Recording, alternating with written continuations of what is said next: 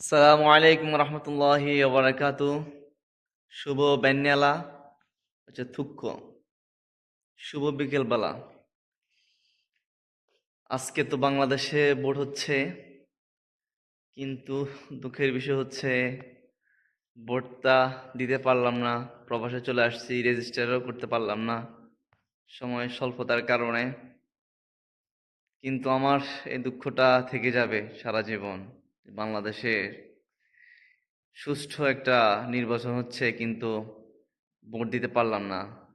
ভাবছিলাম দেশে থাকলে এবার সবাইকে একটা একটা ভোট দিমু, ধানের শীষে একটা, তারপর গিয়ে হচ্ছে দাঁড়িপাল্লা একটা, হাত পাকা একটা।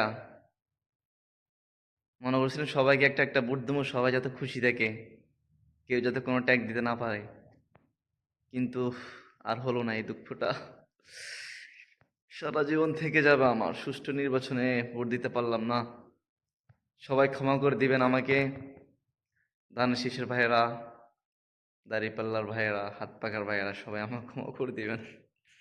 আপনাদের একটা ভোট আমার কারণে কমে গেল। সবাই ভালো থাকবেন, সুস্থ থাকবেন। দোয়া করি যাতে দেশে একটা সুশৃঙ্খল একটা দল আসে ক্ষমতায়, সে প্রত্যাশায় রইলাম।